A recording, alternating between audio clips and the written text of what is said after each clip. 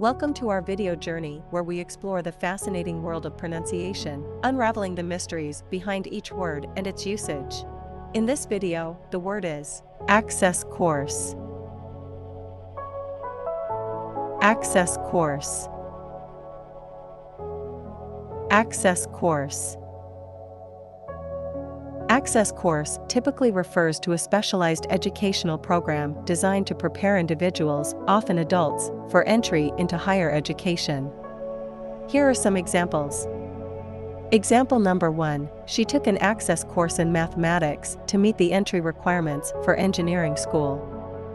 Why access course is used in example number 1. Access course is used to describe the specialized program she took to qualify for admission to engineering school, as it helped her meet the necessary entry requirements.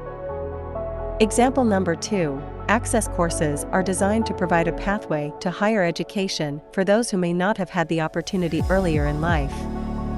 Why access course is used in example number 2. Access courses are described as programs specifically created to offer a route to higher education for individuals who might not have pursued it previously. Stay tuned for more linguistic wonders and join us in unlocking the magic of language. Thanks for watching, and until next time, keep speaking, writing, and embracing the beauty of words.